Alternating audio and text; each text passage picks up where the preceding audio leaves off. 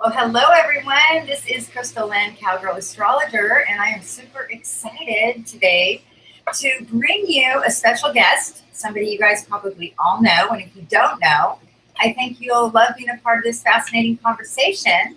And today I have the Peace Dealer, Michael Nebe, and he is here to talk about a really cool article that he wrote. Actually, I messaged him and said, I love your article. It just really resonated with me. And the article is really a great, it really expresses the storyline that's playing out right now. So let's introduce the Peace Dealer. Michael, how are you?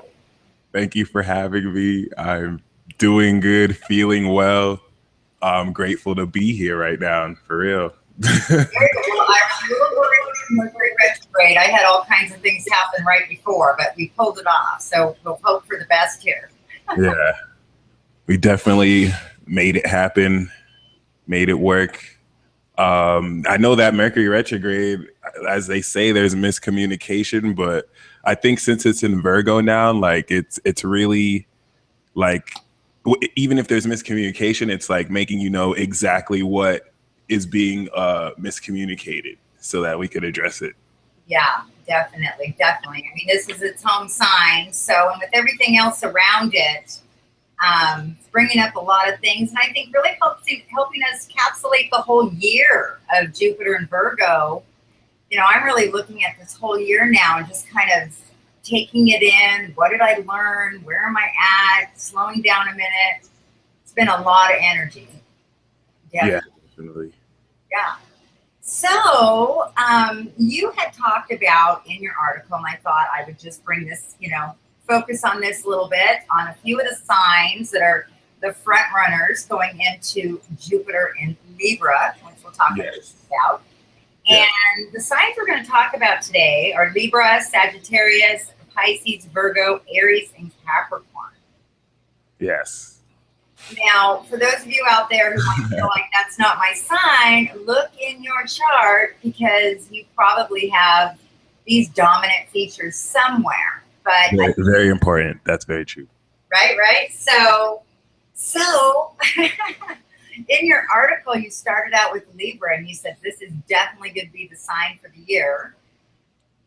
Tell us what you're thinking about that right now. I mean, it's kind of obvious with Jupiter going into Libra, but I really liked your thoughts on that.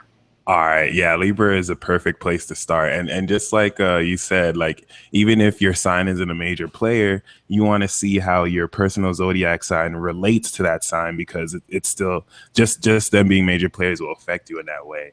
But when we come to Libra, I like to see Libra as the archangel of the zodiac. They're the people who kind of bridge the higher world and the higher level area of bigger conceptual thought and bigger things that happen in the government with our personal lower understanding of the world and the personal stuff we go through. So with Jupiter entering Libra, it's just gonna feel like all the hard work that Libra has done up until now, you finally get that touch from God to really elevate you up, and you'll definitely feel like a lot of the stuff you've been wishing for will come true. But the significance about all this Libra energy is Libras now more so than ever are going to be pushed in a position where they have to uplift and live up to the theme of justice and really balance stuff out in the world. Their ideas now have to actually apply in this real life, and they're going to find that they get opposition a whole lot. They're going to find that the ideas that they advocate for are now going to be put in action because of the Aries element, and it's definitely going to make for a very turbulent period in the sense where if you think about all the social justice issues are going through now, Libra is definitely going to be, I don't want to say it's like just Libra, but Libra in that vibration is definitely going to champion that cause and bring up all these social issues for us to address like once and for all, instead of just sweep them under the rug. Definitely. Do you think this year will allow us more to come to compromises, to see things each other's ways a little bit better, or with Jupiter coming in, you feel like it might blow that up first before it starts to repair itself, Great question. Yeah, I personally believe it's going to blow up out of proportion, and it blowing up out of proportion is going to almost force compromise to happen. Because that Uranus Pluto conflict, Jupiter is just going to get in the middle of that and just like open people's eyes up through the action taken, through even bigger. I don't want to frame it like some bigger, worse events will happen, but people will just be more aware at a much greater level at how important these issues being resolved are, and it being blown up will, in a sense, kind of show us in respect how the last 2 years have affected us now. And I just kind of think Jupiter will help us see this in a greater light. Yeah, because I've noticed, with Jupiter and Virgo, and something I'm familiar with because it was my Jupiter return, it seems like, we were looking and scrutinizing and being critical of everybody's thoughts. And I've noticed just lately, the last week or so, it just seems like people are already starting to kind of listen to each other just a little bit more. Like, maybe I will listen to that point of view, or maybe, all of this matters, and finding ways to each other, get in each other's shoes a little bit, I have personally, so I'm definitely more of that. That was a really nice way to put it, because the greatest lesson of Libra is to teach you to focus on the other person and how their essence balances you, and how you can both work together. Yeah. So good. All right. Now, the next sign you talked about was Sagittarius, and I was going to read just a little bit of your article here. I loved it so much. Sagittarius has Saturn and Mars in their sign, the god of time and karma and the god of war. Do not piss these people off; they will kill you. Did I write that? Okay, please expand upon that. Sagittarius and Aries, to me, are like the two most likely signs to kill someone in a fit of rage, and then just come to and be like, oh my gosh, I killed this person, crap. But as far as Sagittarius is special to me, and especially what this means for September, because having this serious and passionate force flow through them, they're going to be inspired to teach the world what all the stuff we're going through means, and how we're supposed to perceive this in order for it to affect our beliefs. And in this sense, this is where the Sagittarius placement is important for everyone. And you have to look at where it is in your chart, because this Sagittarius is like the gateway of perception from the real world, and Virgo and the spiritual world, and Pisces. And a lot of the way people see a lot of the way people define what spirituality means and what is real is what, starting this month, is going to be taking a serious look into when we think about quantum physics and how the causal realm really influences what we think and what we see, and how we can affect our reality. That's all Sagittarius. And this month especially, Sagittarius will embody this, but just a whole lot that we believe that wasn't really real, or steeped in the truth of what we're meant to do, is just going to be put in check once and for all. Yeah, no, that's amazing. Well, it's interesting because I have Sagittarius in my 9th and 10th house, but it's squaring my sun, squaring my moon, squaring my ascendant. So it has been this intense, analyzing of, what do I believe? Where have I come from? What can I merge together? And feeling super passionate about blasting it, having to be really careful, on how I'm communicating, because sometimes it can be that preacher type feeling with Mars and Saturn there. It's like holding me back, but then fueling me. So would you say that's normal? I think it's normal for some people who are kind of used to it, but for a lot of people, it'll definitely be stressful, because for the first time in their life, they can't really just believe something. Well, it might not be the first time for everyone, but for a first time in a while, they can't really just believe something. Now they have to seriously approach how they can edify their beliefs through their lifestyle and act out of them, so you get that integrity. And Yeah. if you can't do that, you're gonna feel broken down. You're gonna feel like something's wrong, especially if you live a lie and you're around people who tell you that you're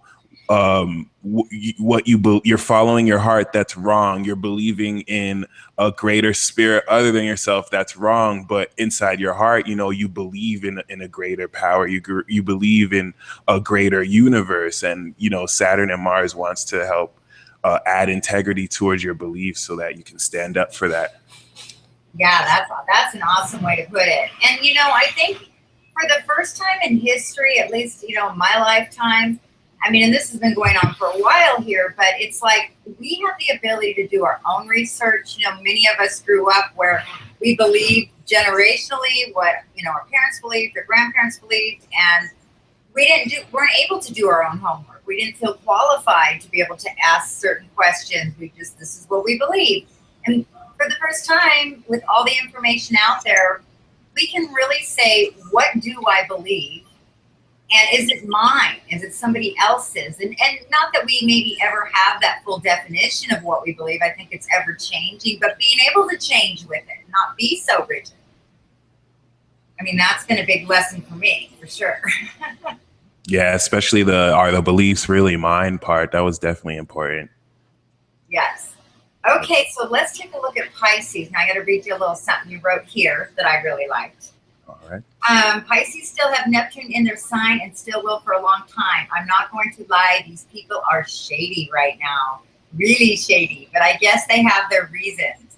No matter what mask you put in front of them, they will not only see through it, but act like you are fooling them. There's no more intuitive and psychic right now than Pisces people. I love it. Thank you. I'm Pisces rising and moon, so please expand. Yeah, definitely. As you know, Pisces is very malleable. Like they're so diffuse and magical. But what I love about them is, given that they get projected on so much, they know how to reflect that back. So I really do like to emphasize how they could be very shady right now. And when I said they have their reasons, it was really tongue in cheek, because, what Neptune is making them do is this great meme I saw where it said, if I treat people how they treat me, they'd be very mad. So Pisces being shady is a reflection on the work the collective consciousness is not doing to really tap into their shadow, to really tap into spirit. We're still in a large way too materialistic and too focused on the tangible that we're not putting in enough spiritual work. So this Pisces Chiron influence the Neptune Chiron influence for Pisces is it's hard to say, but it's definitely like bringing us into a magical world where things we thought weren't possible, we're having to double check. Like, did I just see the synchronicity? Like, do I really have this spiritual connection with this person? Like, wow, it's squaring Saturn. Now I have to really reevaluate if I can believe this. This is amazing. Yeah. But yeah. No, definitely. Well, and I think it's interesting because Neptune in Pisces has been retrograde, and that will continue on, I believe, to like November 20th, right in there. And for me, when Neptune goes retrograde, it is the psychic ability becomes so intense because you start seeing into the potential underworld of scenarios or people's motives or situations that you didn't see before because you were caught into the, Neptunian excitement of the relationship, and then all of a sudden it's been like backpedaling. Whoa, wait a minute, what am I seeing? And it's hard. Is this real? Do I say something? Do I act on it? And I think, I kind of like when you said they're shady, because it's like I feel like I can't really act upon these thoughts I'm having because I'm tapping into things that people aren't ready to even hear. I'm gonna look like the crazy one. Yeah. And so I have to almost put on, it's like I find that I'm like water, just in and out of situations. I'm not standing in one place too long because I'm reading everybody's mail. And I really don't want to do that, but it's a time I've definitely had to put a lot of boundaries and be careful what I'm around and what I'm doing, because I'm just sponging up too much. And you explained it perfectly, so perfectly right now. Just how like the divine is revealed, but like there are just certain things you can't reveal because people aren't ready to hear it yet. They're not ready. It's just, or if even if they were, it would just freak them out because it's like, damn, who would have thought one can perceive life that like. Yeah, and you're seeing situations even in relationships that because all the Virgo energy has been in the seventh house, very detailed. So you're not only are you spiritually tapping into all kinds of stuff, but you're seeing it, physically. And many people go their whole life that you could never approach them with what you're seeing, and so then you have to make these decisions. Do I get out the back door? How do I get out of this? Because you're seeing the relationships for what they are, and it's hard. It's not always easy. It's easier to have the rosy colored glasses on, but that's not reality. I mean, Pisces don't like to face reality, but we have to face reality. True that. Right? Okay, let's look at Virgo. Now, this is my favorite one that you wrote about. Of course, I'm a Virgo, so I have to say that. Virgo individuals are laughing low-key at the rest of all of you because not many people seem to realize that they literally have control over your destiny. They have the keys right now that will determine whether good or bad things happen to you. Yeah. and I feel the control comes from the earth element, because when the North Node was in Libra, and even Scorpio to a degree, they had very powerful influence over over destiny, period. But it was more so just off their presence. Like Libra would set stuff in motion for people they were around. Scorpio, just being in their presence, you would gain stuff. But Virgo actually, is able to control how you're going to perceive things, and how you're going to perceive things ultimately influences what you decide, what you do, your actions. And just that subtle, Virgo is one of the most subtle signs ever. And I feel that subtlety allows for them and the energy to really gauge where people's motives are. People are more inclined to reveal certain things around them because, some people may not necessarily expect much out of the energy, but given that, the hard work that people are putting in, or the hard work that people are working with Virgos, like you're really able to see how that's going to take you forward, and where it's really headed, or how I like to say, like the blueprint you set for yourself now that a lot of this energy is going to kick off, unless you've been stuck with the rose tinted glasses and giving yourself illusions in the South Node. Whereas the whole Virgo nation, Virgo people have been drilling it into people, the importance of keeping it real, being honest, and once again, working hard so that you live a lifestyle and routine that, edifies your character. Yeah, no, I think that's a great example. And, I think it's interesting because the last few years that we've had Neptune and Pisces, I think it's really ushered in this amazing creativity, this amazing desire for, those who are healers to come out and find a way to, do their work and support themselves. But we've had so much of it, so much information, so much creativity that's like, it's almost like trying to catch a butterfly. And the Virgo knows how to catch the butterfly. And, we might have been in the background. It doesn't look like we've been doing that much, but while everybody else is, swinging, trying to catch, the Virgo's taking notes. Okay, that doesn't work, and that's going to work. And I might not have it yet, but I know exactly what to do. And, the details, that's how you get this stuff done. And a lot of us love to dream, love to look at the big picture, but the actual day-to-day, how to make this happen, whether it's your home business, whether it's your work on the internet, whatever it is, Virgo's been watching for a long time. And, sometimes, well, I shouldn't say sometimes, a lot of times, they see the failures, they see what's not working, and then they create a plan that works, and they come out of the background like, where did they come from? So I'm hoping I'm going to be on that end of it now. Definitely. I think that's the greatest blessing I got from this Jupiter and Virgo transit. It basically taught me how I need to go about manifesting my reality. What specifically I should do in my everyday routine to really gain these blessings. Whereas before I knew what I was supposed to do, but I just didn't know how exactly I should go about it. I really got this. Yeah. And I think with the South Node being in Pisces, it's been kind of nice because all this, dreamy land, which I love, by the way. I could live in that, but it doesn't pay. Yeah. You know what I mean? Yeah. Like, live in magical Pisces land, I'd be in heaven, right? But you got to come down to earth, and you got to do the practical everyday stuff. And so with the North Node being in Virgo, that's where the energy's been. It's kind of like, all right, you got enough visions and dreams. Now let's do something with it, So. Yeah, very well put. Coolio. Okay, Aries. Aries individuals are slowly recovering from the radical impulsive energy they have impressed, and are learning. And even though ideas are ahead of their time, it really doesn't mean much if they cannot realistically manifest them in the present.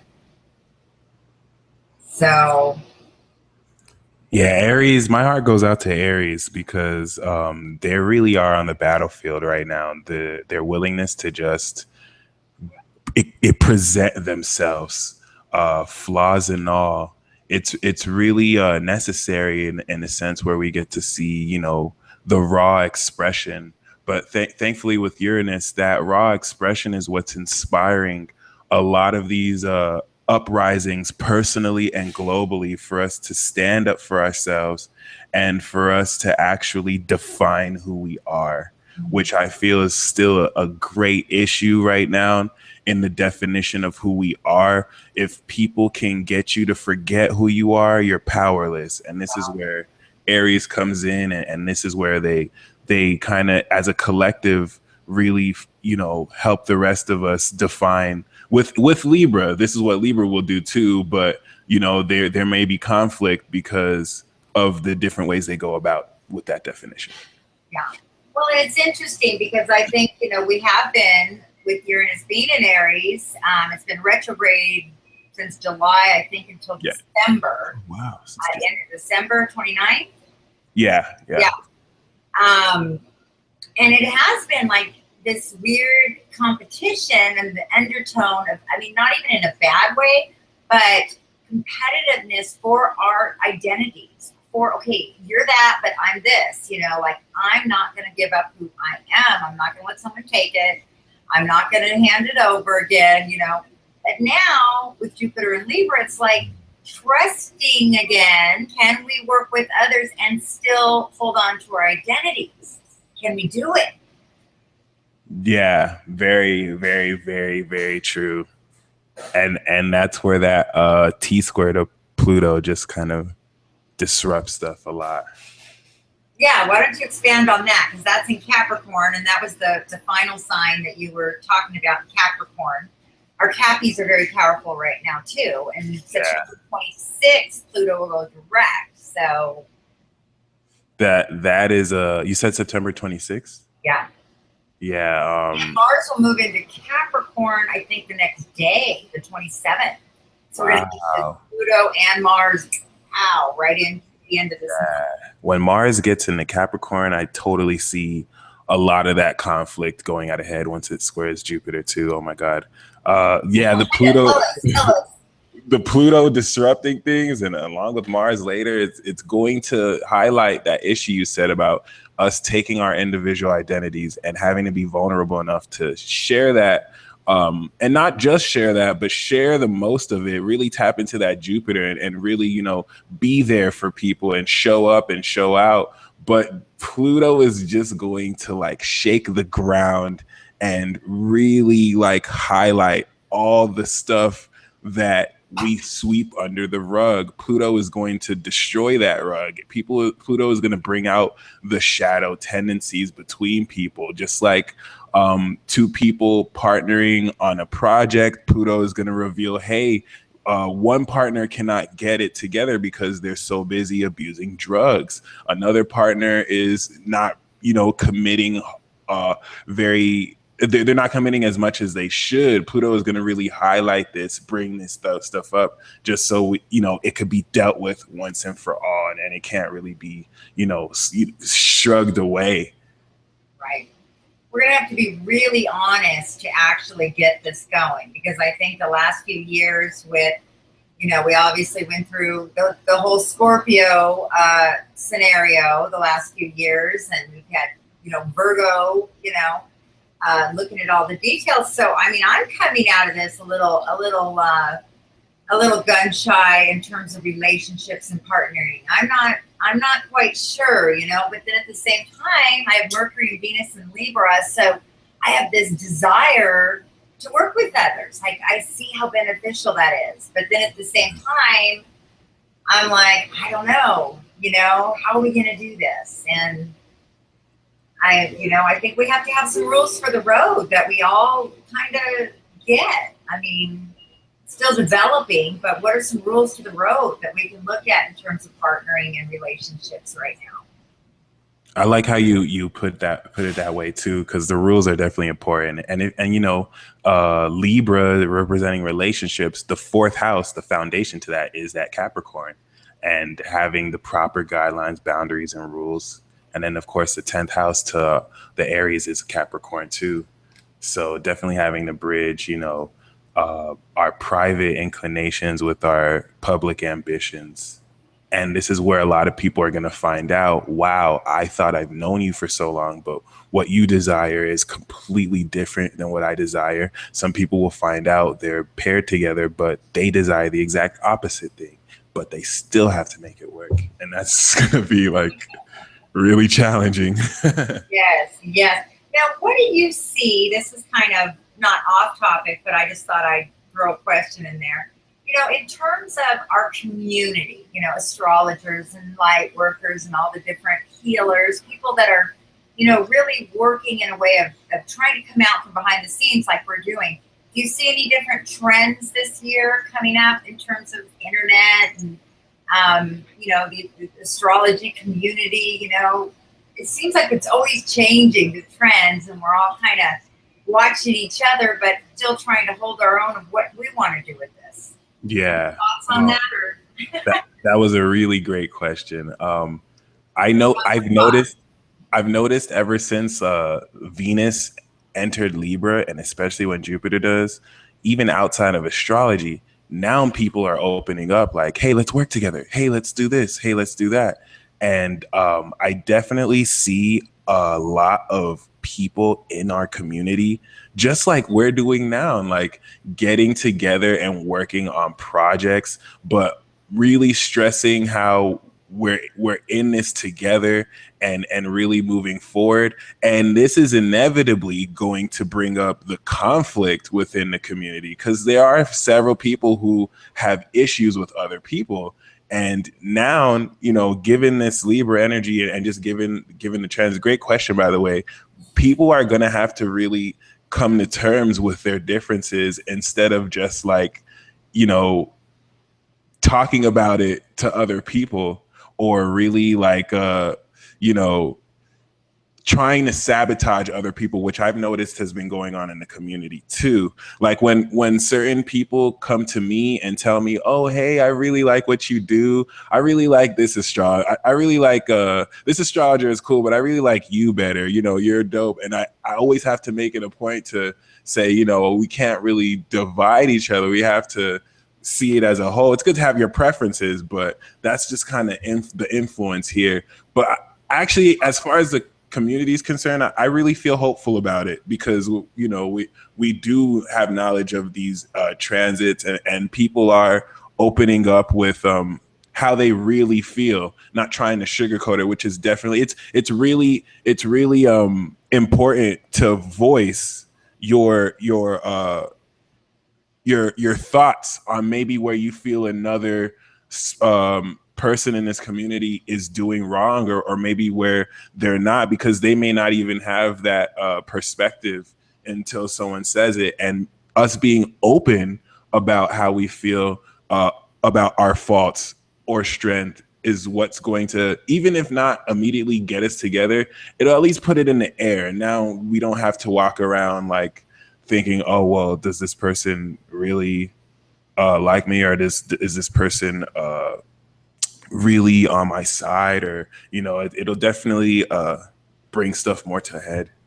Yeah, no, that's a great answer. I mean, because I've been thinking about it a lot. I think when we all, and there's a big group of us that kind of, got in at the same time at the beginning of this. I feel like it's really a movement.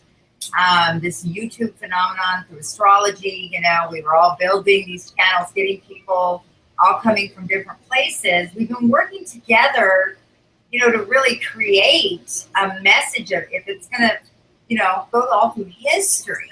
Someday people are going to look back 100 years from now, if YouTube is still here, and see this beginning time when this incredible language came back on the rise, and we're all a part of this great movement, but because we've all been trying to climb the ladder, it's like, we're not sure, but if we could see each other together and say, hey, let's represent this movement together. We're all different.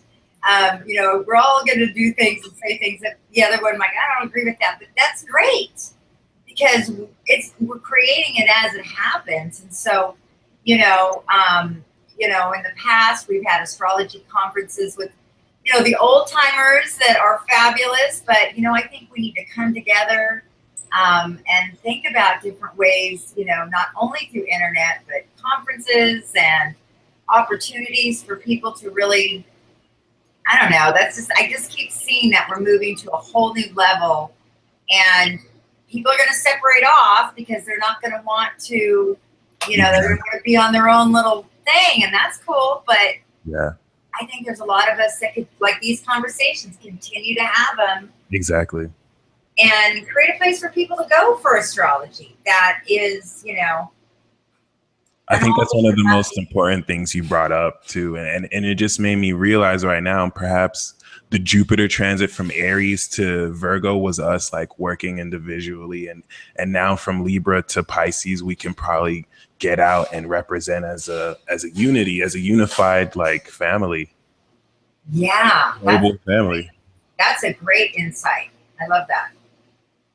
Very cool. Well, this was a fascinating conversation. I have a feeling we could continue on for a long time, but I know we both got things to do today.